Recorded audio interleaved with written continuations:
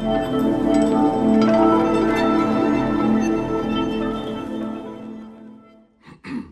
everybody, Coach Sal here with episode 4 of the Thinking Body Revival. We've got some new stuff for you today. Most obviously, we got this beauty of a magazine here, Physical Culture, from December 1932. That magazine was a publication of the Bernard McFadden fitness empire. Bernard McFadden was the Joe Weider of his day before Joe Weider was Joe Weider. And the other great series of books I have, the Encyclopedia of Physical Culture, just is an enormous source of fantastic information. Again, one of the inspirations for doing this show today, on the heels of last week's show where we talked about the invasion of tech and how we don't need it to be fit and healthy. We're going to talk about quote from John F. Kennedy back in response to the challenge he put forth for us to get to the moon by the end of the decade of the 60s. And basically, I'm paraphrasing, but we choose to do things not because they're easy, but because they're hard. And sometimes that's the case here with what we're doing. The hard things are the things that sometimes seem to be easy, and then you try them and they're difficult. I could think of a couple of things right off the top of my head. A lot of the body weight exercises in the booklet we featured last week, that recreative physical exercise, recreative physical activities, are seemingly easy, and yet they're hard to do. It's hard to get yourself to continually do things that are difficult, that you fail at first, and you have to keep coming back to try to get better. One of the other things we're going to talk about today is this nonsense of sarcopenia, this muscle loss as we age that the so-called experts treat as if it's a mystery. And it's not a mystery. There's some pretty simple reasons for it we'll get into. But I don't want to take too much time here in the introduction, as we have a lot to get to today. But again, this fella here in this magazine didn't have sarcopenia, I guarantee you. He wasn't using any fitness tech, and he was eating whole foods, guarantee. So it's time to flip the clock. There it is. And let's get to it. How are we doing, everybody? So now we're going to get a little more into this concept of sarcopenia. This is a topic, especially if you're of a certain age, you're going to start seeing a lot more about. Sarcopenia is age-related muscle loss, and the statistics vary a bit, but once you get into your 30s, you start losing muscle, and on the order of 3 to 8% a year, and it gets worse as you get older. And the public health officials, the so-called experts in the room, present this as if it's some kind of mystery. For anyone who's followed any of my stuff over the years, even before this channel, if you've been around for some of my blogs, some of my Substack, some of my other social media posts and videos, one of the key things in taking care of yourself, if not the key component, is your diet. And in that diet, you need to eat protein. And we've seen protein be demonized over the past 50 plus years, way back into the days of the low fat, no fat diet of the 70s, when we had people purposefully misrepresenting the facts, hiding the facts to support their agenda of a low fat, low meat, high carb diet, which has caused all the problems that we are experiencing today. So sarcopenia is simply a creation of our nutritional experts, our government health policy. When you look at what the daily recommendations are for protein, it's 60 grams of protein. That's not enough for a 120-pound active woman. You need to get a gram of protein for every pound of lean body weight, which takes us to another subject we're going to talk about today, how body composition matters more than body weight, how these two things go hand in hand. Going back to our public health policy, at the same time we were de-emphasizing, or not we, but they were de-emphasizing protein and healthy fat, they injected high fructose corn syrup into the food supply, which has been responsible as any ingredient for this precipitous fall in our health style and our lifestyle, and has led to obesity, record levels of obesity. Back in 1977, the recommendations were to up your carbohydrate intake to 60% of your total diet, 30% of your diet from fat, and only 20% from protein. And you could go look at any chart you want.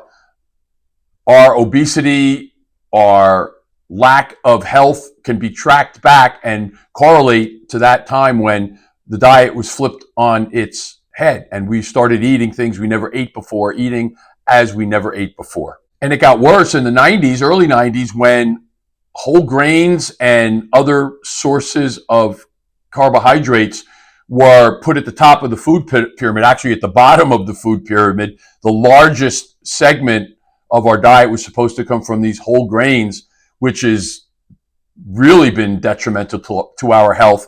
And protein intake was minimized even further to 2 to 3 small servings per day. So there's no wonder that we've got this situation where people are losing muscle, especially if you're active. You need protein to build muscle. If taking the traditional example of 2,000 calorie a day diet, out of those 2,000 calories, if you just eat carbohydrates, you're never going to build muscle. No matter what you do, your muscle growth will be stunted and you'll lose what muscle you've had. You need protein. It would be like putting water in your car to fuel the engine. Doesn't work that way. The body needs protein to build muscle. So what we've got is a situation where people followed these recommendations, whether it was willfully or subliminally, from reading labels, from being in contact with the information that's been pumped out by the public, so-called public health officials. You start cutting back on your protein. There's not a day that goes by where I mention the way in which I eat, which is high protein, high fat, low carb. And I get the responses from people about high cholesterol and how that's bad for your heart. And it's just really a tragedy how much our population has been brainwashed to the detriment of everybody in society. There's a story today that I read that came out about how the National Guard is at record levels of obesity. Our service forces are at the highest level of people being overweight ever in the history of the armed forces. It's no surprise when you look at society at large, everyone's fat and we're eating poorly, and it's not good for anybody in any sense. And our national security is at risk. If we have a less than healthy, less than fit and healthy fighting force, we're less safe. Simple. This is where politics comes into the arena of our health and fitness. We have to deal with the reality of poor public policy. The other thing that goes hand in hand with that is the educational component that has basically forsaken legitimate physical education in the schools for nonsense. Kids are less healthy. Kids are less capable. Back in the 60s and 70s, and actually even before that, the phys ed curriculum in our school systems took the lead from the military, because that's what we needed. We needed fit people for our fighting force. As kind of we got away from that model, and as schools have started to de-emphasize physical education, it's been a perfect storm of a disaster here. Poor diet, lack of real phys ed, and we are reaping the negative results from that formula. So now we have 10% of adults 50 and older have sarcopenia, experience sarcopenia. And it's worse than that, because you're now starting with people who from a baseline don't have as much muscle as they should be because they haven't been eating enough protein all along. So the statistics that are out there about sarcopenia actually don't even tell you the whole story, because we've now got a generation or two of people who are undernourished from the lack of protein. So that 10% figure of people over 50, that's already people who are diminished. We're really at a deficit here. And if you haven't heard of the term agency capture, that is when our oversight agencies, such as the FDA, the USDA, are now funded or get funding from the big food companies, which we know happens. And it's not just in our food oversight agencies. It also has happened in big pharma with the Food and Drug Administration as well. Big pharma basically funds the agency that's in charge of oversight of that industry. That's where that term agency capture comes in. Agency capture is responsible for most of the problems that we're experiencing today. We have to get out of this broken system. Need to get beyond what's going on right now. So many myths about the protein intake that it's hard to deal with them in a short segment such as this. But most of the things you've heard about protein where too much stresses the kidneys and it could be toxic and it could lead to heart disease. We're not going to go into all those points now, but you do your own research and look it up. There is no research that supports those hypotheses. So the best way for you to figure out where you're at in this scheme of things here, it seems like it could be overwhelming. Simple solution. You buy a $30 body fat measuring scale. I have one by Renpho, Renhpo, that I bought on Amazon. It's about $30. It gives you a wide range of useful measurements, the most important being what your body composition is. Your body composition will tell you how much lean mass you have versus how much body fat you have. You can then not only use that as a guide for if your diet and exercise program has been beneficial, if you're in that sweet spot of body fat. Male and female have a different scale. You can check it out. I'll post it up on my Twitter, my X page. You can find out what the different body fats are. That's the best way for you to know if you're doing the right thing with your diet and exercise. If your body fat is where it's supposed to be in a good range, then you're doing a good job. Now, they didn't do that back in the day because they didn't have the garbage in the food supply. They didn't have a variety of the things we have today, but a lot of those varieties have led to the problems we have. We weren't obese. We had better health outcomes, and we were better off, oddly enough. Despite all the advances, we were better off back in those days. Remember, sarcopenia is no mystery. If you're doing the right thing with your diet, which is eating protein, before you even get to the exercise component, you need to have that dialed in diet, and that dialed in diet includes the right amount of protein. All right, we'll see you in a few. I went long again. I'm in trouble. I'm going to have to flip it. All right, everybody. So here we are. We're going to give you some actual solutions to the issue of what you could do about sarcopenia, aside from making sure you're getting enough protein in your diet. In order to stimulate muscle growth, we need to exercise. And one of the best exercises, two of the best exercises you could do are body weight exercises. Everyone likes to go to the squat. However, I think the split squat is particularly effective. I've always enjoyed split squat, one leg work, one arm work, right? Instead of bilateral, unilateral. So here's a split squat. You want to take about the same stride you would take for a lunge, and you don't want to be on a tightrope, right? The mistake I see a lot of people make is they get on this tightrope. They're on a narrow stance, which makes their balance an issue. This is hip width. You walk in that with that width, that's kind of the width you want to have for your lunges and your split squat. So from this position, you want to make sure the front leg is straight, back leg is straight. You're high up on that foot so the heel is up, your ankle's extended, right? Down and back up, right? You can get to the point where your knee maybe just slightly brushes against the floor, right? And come back up. You don't want to land on that knee. From the side, again, you want to be in a stance so that back knee is landing underneath, lined up underneath your hip. So that's your split squat. Again, good posture, elbows up. I prefer this to this. Hands on hips, you can kind of dump forward. If your elbows are up, right, and you visually can see, as opposed to other ways you could see, you could have your elbows up and you can see that you're upright. You don't want to dip. If you're in front of a mirror, that's great. If you're not, you can still see your elbows up. Okay, so that's important. That's your split squat. Start with 6 aside and work your way up. Form is of the utmost importance.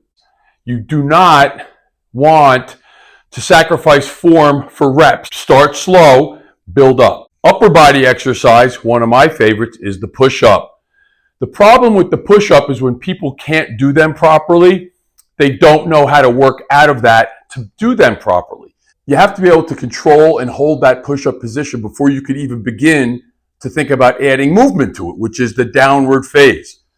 When you do them, right, you want to have your hands, I always tell people, if you were to push something heavy, back in the old days when you had to push cars when they got stuck in snowbanks, you put your hands on the trunk and you were able to push, and your hands are outside the frame of your body. So that's the way I like to get people to set up.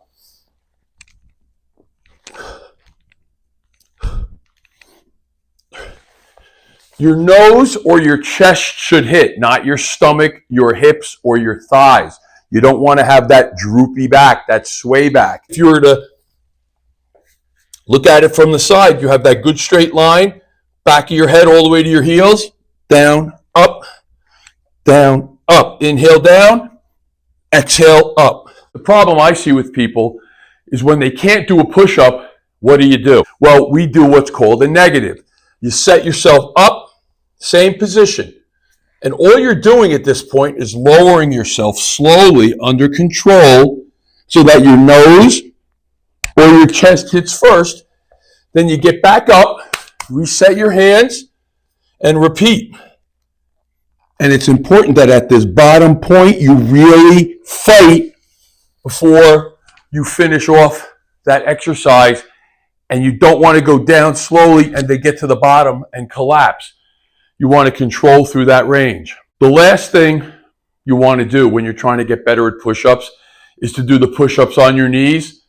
If you have a trainer and that's what they recommend, it's time to get a new trainer. I've seen people be able to do 20, 25 of those push-ups, can't do one real push-up. If you're at the point where you could do that many of a modified exercise and can't do one of the real ones, there's no transfer. And again, I've been doing this so long, I can tell you flat out, you're wasting your time. You're better off doing the negative. Multiple sets of 3 to 5 twice a week, you'll be doing push-ups in no time at all. Those who train with me will get that full progression that we will show you how to work through from negative to when you start your first full push-up and how you then build on that. Okay? All right, everybody. So that wraps up today. Remember, sarcopenia is no mystery. It's a simple matter of people getting enough protein. Into last week where we talked about the tech, the wearable tech. All the wearable tech and all the technology in the world is not going to do for you what you can do for yourself. In my opinion, a valuable and worthwhile piece of technology is this body fat measuring scale. And it doesn't matter what you weigh, it matters what your body composition is. Think about it as the glimpse inside that will tell you something that you can't see from the outside. The simple number of the scale can't give you what this body fat with this body composition scale can give you. I don't like calling it body fat, and I'm trying to correct myself of that habit because it's a negative, right? It's not your body fat that matters. It's your body composition. Body fat is just one small piece of that. We want to know what your lean tissue is because that is what is the engine that burns calories. Muscles burn calories. So if you can have a good idea for what your body composition is, you can really dial in on your nutrition. Keeping in mind those body weight exercises, again, those are harder than the machine-based equivalent. The chest press machine at the gym where you can sit down and do a chest press is easy. The push-up is hard. If you can't do one, learning to do a push-up is hard. People who could do 10 chest presses sometimes can't even do one push-up. Same thing with the split squat. You could do leg extensions, leg curls, leg press, sit down, lay down, however those pieces of equipment are oriented. But the split squat's hard. Body weight, controlling your own body, good posture, doing all the things you need to do to be functional and purposeful as a person. What we should strive to do, we should strive to do things that are difficult because that's what's going to make us better. We don't do them because they're easy. We do them because they're hard, right? It's an important lesson to learn. I'm out of time. So again, if you want to learn how to train with me, hang in till after the show's over, and any second now, and on the slides, you will find out the rate and how to go about signing up for these remote, either private or group sessions. You could always DM me at Sal Marinello, and my email is coachsalm@proton.me. And check out this Renpho Scale, Renpho, on Amazon. It'll cost you about $30 and it's worth every penny. All right, see you next time.